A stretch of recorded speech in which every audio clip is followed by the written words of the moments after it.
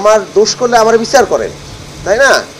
দোষ যদি করে থাকে তাকে আইনগতভাবে বিচার করেন, কিন্তু আমি বিচার চাই এই কথাটা বলার মতো পরিস্থিতি কিন্তু আমরা ছিল না। তাহলে যারা আজকে প্রশ্ন করেন যে কিসের স্বাধীনতা আমরা পেলাম, তাদেরকে উচিত এই আমরা যারা ভিকটিম পরিবার আমাদের সামনে এসে দেখা যে আমরা আসলে কী ধরনের পরাধীন অবস্থার মধ্যে ছিলাম।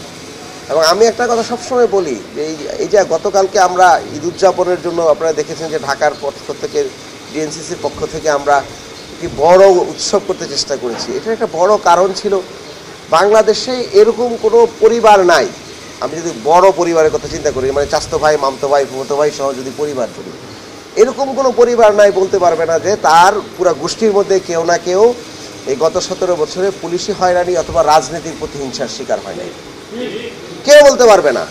তো সুতরাং এরকম একটা রাষ্ট্রের মধ্যে আমরা ছিলাম যেখানের মধ্যে একটা বড় পরিবারের কোনো মানুষ বাদ নাই। তবে কোন লেভেলের জুলুম এবং কোন লেভেলের আইয়ামে জাহিলিয়াতের মধ্যে আমরা বসবাস করেছি, অন্যায়ের মধ্যে আমরা ছিলাম, এবং সেই অন্যায় থেকে আমরা মাত্র এই দেশটাকে মানুষ কথা বলার, এই বিচার পাওয়ার স্বাধীনতাটা, মুখ খোলার অবস্থায় আমরা পৌঁছেছি।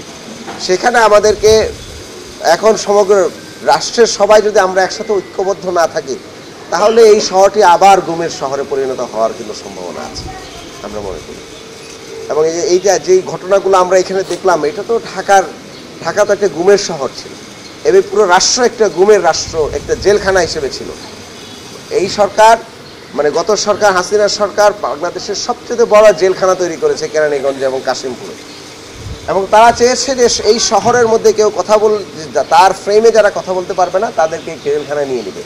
এবং যখন দেখছে যে পুরো বাংলাদেশের সবাই কথা বলতে চায়, তখন পুরো দেশটাকে তারা জেলখানা বানিয়েছে, তাই না? তা আমরা আহ্বান জানাবো, এই যেহেতু সংশ্লিষ্ট থানা থেকে এগুলো, থানার টেরিটরি থেকে তাদেরকে পিক করা হয়েছে, এখনও এক ধরনের পরিস্থিতির কথা বলা হচ্ছে, জঙ্গিবাদের নাম দিয়ে বাংলাদেশে নাকি আবার জঙ্গিবাদ তারা দিয়ে উঠবে, বাংলাদেশে নাকি আবার ইসলামোফোবিক তারা দিয়ে উঠবে, বাংলাদেশে নাকি আবার মানে একটা অস্থিতিশীল পরিস্থিতির কথা বলে কিন্তু বাংলাদেশি কিছু লোকজন এখন এই প্রোপাগান্ডাটা করছেন।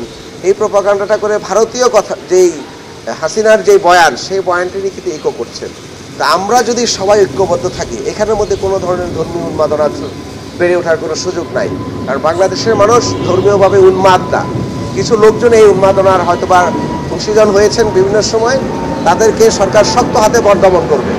এবং আমরা দেখেছেন যে গতকালকে আমরা যখন উৎসব আয়োজন করেছি, সেখানে সবাই নেমে এসছে, কোনো ধরনের রাজনৈতিকভাবে কিন্তু কেউ আসেন নাই। সুতরাং আমরা ঐক্যবদ্ধ আছি, আমরা বাংলাদেশের প্রতিটি মানুষের অধিকার বাস্তবায়ন করার জন্য আমরা সর্বোচ্চ চেষ্টা করে যাব। ঢালাইয়ের সেরা প্রিমিয়ার সিমেন্ট।